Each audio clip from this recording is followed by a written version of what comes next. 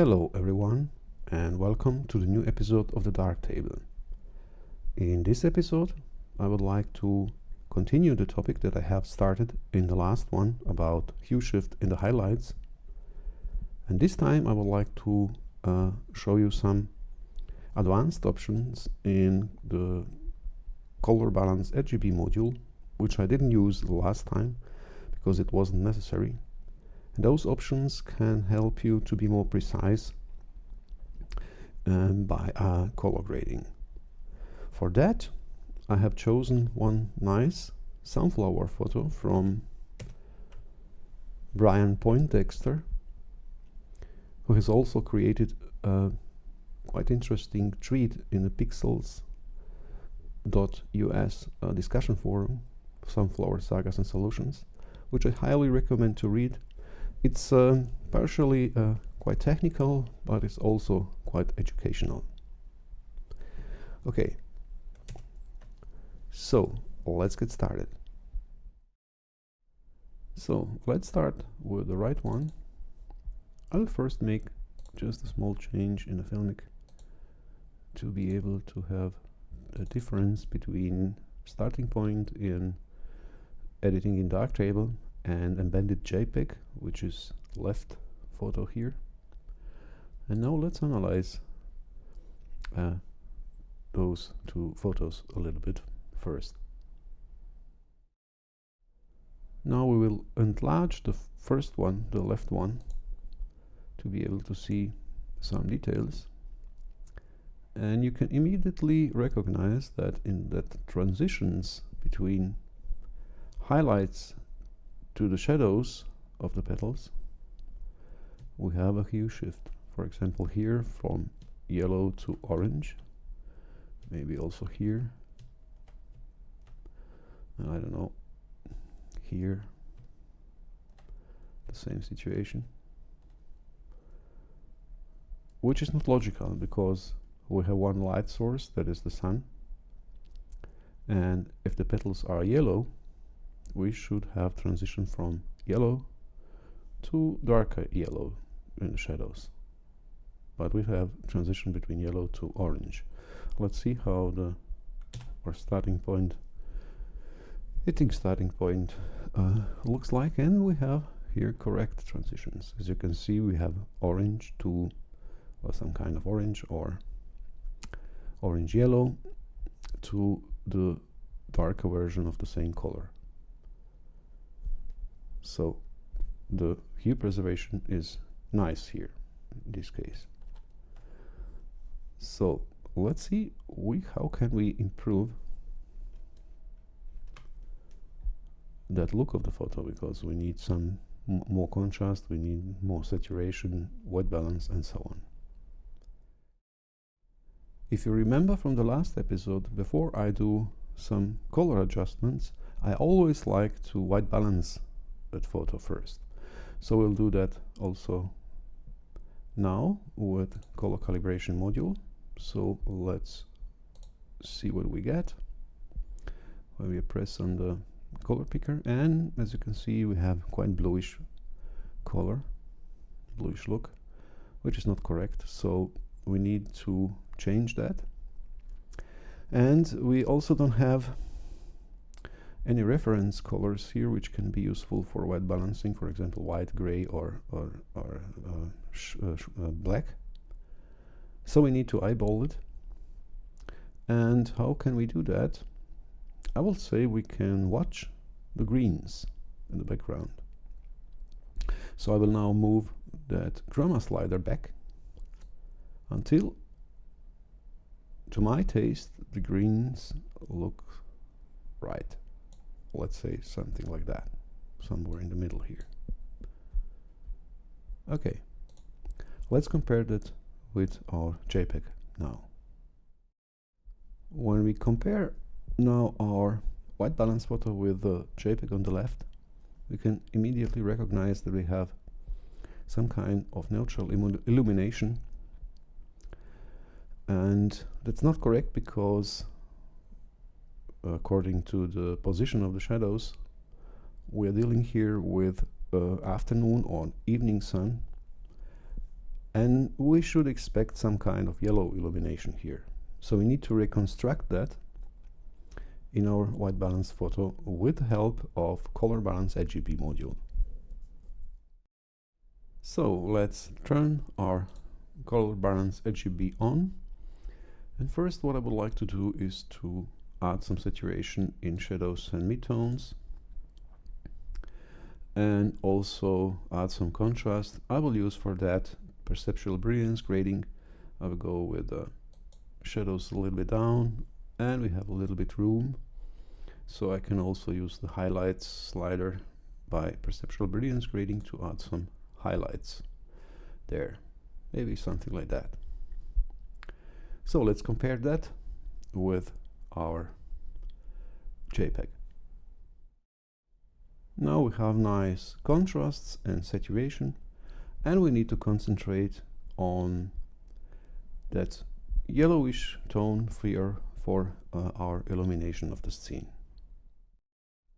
Before we start with color grading, let's take a look once more at the illumination situation of our scene.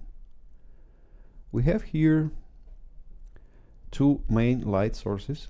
First one is direct sunlight, which comes from the side, something like that here, and it illuminates every part here, which is, let's say, in highlight area and in high midtone area. But we have also another light source, and that is our sky.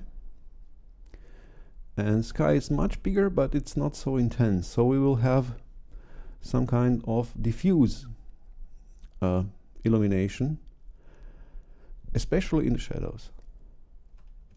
Not a big influence, but some kind of influence. So I have the combination between those two different color tones and brightness intensities. And we need some nice option which can give us the possibility to regulate that transition between those two areas, or those three areas, but mainly two areas, from those high intensity sunlight and low intensity diffuse sky light. And this kind of option we have in color balance RGB, and I will demonstrate it now. So let's start with color grading now and make additional adjustments later. We go to the 4 ways tab, and as we know, we need to give the highlights some kind of yellowish tone. So we'll use highlights gain option in 4 ways tab, go with the hue to some yellow color, and add some chroma there. Let's say something like that. But as you can see, now I'm clipping here, so I need to go to the master tab and desaturate the original color. And I will use for that linear chroma grading. Go back down and maybe reduce also brilliance grading, highlights in the brilliance grading, just to avoid that clipping. Let's say something like that. And I can also add some yellow, or maybe some orange yellow, let's say, in midtones here, something like that. But as you can see, we have also influenced the sky color. We don't want that, and we want some kind of bluish influence in the shadows. So we need to regulate that. So let's do that now. The regulation of transition between shadows and highlights can be done in the masks tab. And first thing what should we do is to normalize the power function with that color picker here, white fulcrum. That means this function here will be normalized. It has some mathematical reasons, we don't need to go too deep there. It's enough just to click on the color picker here. That's the first one. The second one is contrast gray fulcrum. I don't think we need that here because we didn't add some contrast. The contrast gray fulcrum regulate or normalize the contrast if we add some contrast here in this area. But we don't touch that, so we can leave it as it is. Just click on the color picker and that's enough. The most important things for us here are those three sliders here. With these sliders we can nicely regulate the transition between those three areas. So we have here shadows fall off, mask middle gray fulcrum, and highlights fall off. The highlights fall off, we can click on the mask to see which area will be influenced with the highlight sliders. That means we can now see exactly what will be influenced if we move those sliders in master tab, highlights by color grading, by chroma grading, highlights by perceptual saturation grading, and also highlights by perceptual brilliance grading, and also highlights gain sliders here. That means hue, chroma, and also luminance. You can exactly see what can be influenced with those sliders. And accordingly also the shadows. That shadow fall off. That also means every slider with shadows. Here, here, here, and also in 4-way tab. This one, shadow lift. Okay, what about the middle gray fulcrum? With middle gray fulcrum, we can regulate which area goes to the shadows and which area goes to the highlights.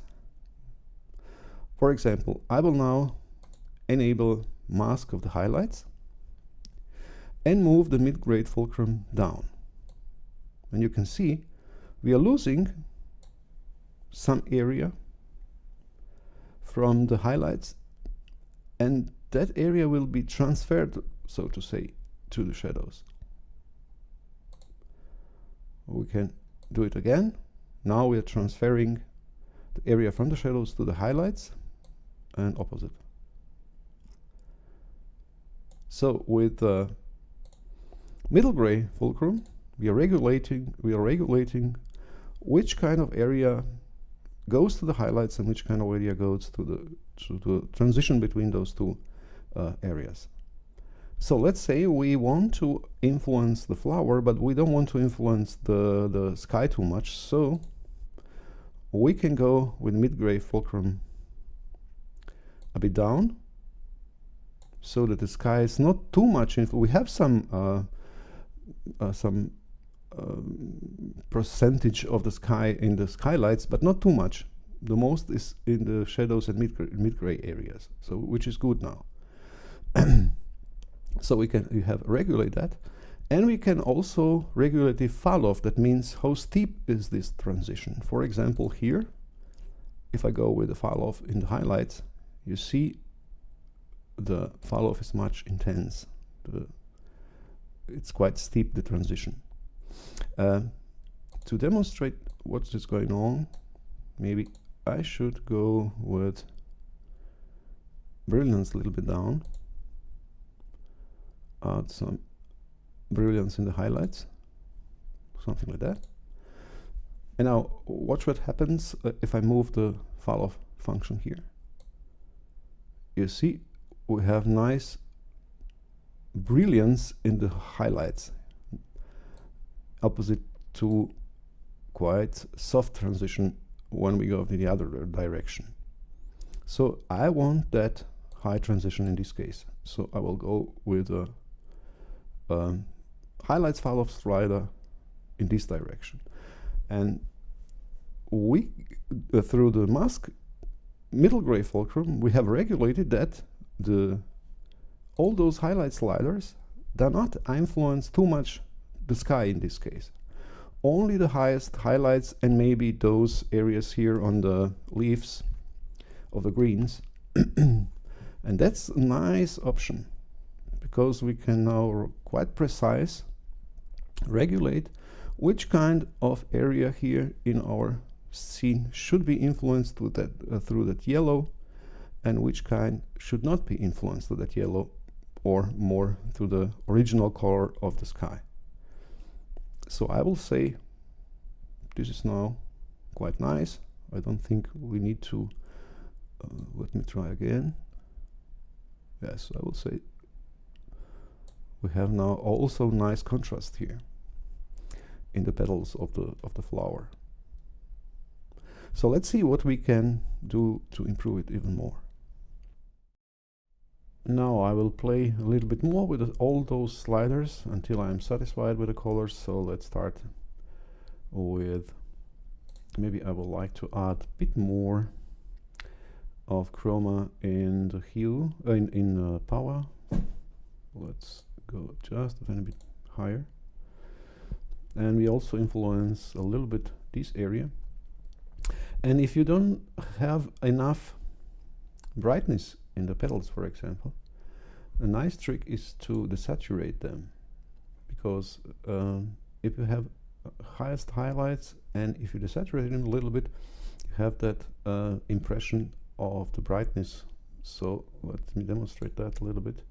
We can now go with highlights, desaturate the highlights in linear chroma grading even more, maybe add a bit more in the midtones, and immediately we have some kind of difference or texture difference in the petals here without losing the colors. And now we have a bit more room here, and we can go also with highlight slider in the brilliance grading even a bit higher, something like that. And we immediately have that nice brilliance in the petals. But what about other colors? I think we're good now. So let's compare it with our JPEG, excuse me. Now it looks much better than our JPEG. It's not we are not clipping, we have natural transition, color transition here, and we have some yellowish in the greens here without too much influencing the sky. But I could also enhance a little bit of brightness in the shadows and maybe desaturate a little bit the sky. So let's do that. Okay, to brighten the background we can use tone equalizer. Just quick adjust the histogram and go a bit up with shadows and midtones, let's say something like that. And we can also brighten a little bit the sky real quick when we use another instance of color calibration, for example. Go to the brightness tab and just brighten a tiny bit blue channel. Let's see, how far should we go? Maybe something like that. Okay, let's compare it again with our JPEG. So yeah, it looks nice, but I would like also to improve that circle here in the disc in the middle of the flower with the seeds. I would like to enhance a little bit that color and give it another hue. So we'll do that with real quick with another instance of color balance NGB. So I will mask that area only. We can use hue parametric mask. Let's say something like that. Let me see, what do we get? Oh, I think we need to go to the red, a bit less of the yellow. Feathering radius, adjusting. To adjust the feathering radius. So I would like to influence only that part. And quite easy to do is if you use the whole hue shift option, so we can go to the right a little bit. Too much. And we have that nice orangey touch. And maybe add some saturation in midtones for that. Let's see, I don't know, not too much. I think I could also go just a bit down with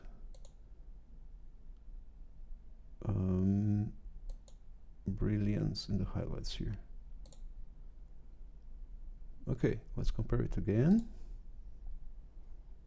And voila. We have nice sunflower with nice sky, and also the greens. As you can also recognize, let me go in the full screen. The difference, for example, in this area, you will recognize that we have here that what I was talking about, second light source. Now we have also tiny bit of that bluish from the sky in the shadows. I hope you can recognize that on your screen. Here, for example, also here too. So we have now successfully separate those two light sources, the sun from the side and blue, yellow sun from the side and blue sky. And we have nice mixture, and we also have nice colors in the petals without any hue shift.